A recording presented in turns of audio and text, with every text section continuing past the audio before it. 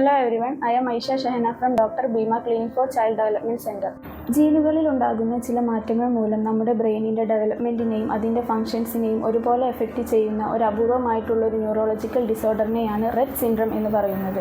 നമ്മുടെ മൂവ്മെൻറ്റ്സിനെയും കമ്മ്യൂണിക്കേഷൻസിനെയും എല്ലാം ബാധിക്കുന്ന ഈ രോഗം നമ്മുടെ കൈകളിലെ ആവർത്തിച്ചുള്ള ചലനങ്ങൾക്കും എപ്പിലെപ്സിക്കും ബുദ്ധിപരമായ പരിമിതികൾക്കും ഇത് കാരണമായേക്കാം. കൂടുതലായും ഇത് കാണപ്പെടുന്നത് പെൺകുട്ടികളിലാണ്. 6 മാസത്തിനും 2 വയസ്സിനും ഇടയിലാണ് ഇതിൻ്റെ രോഗലക്ഷണങ്ങൾ കാണപ്പെടുന്നത്.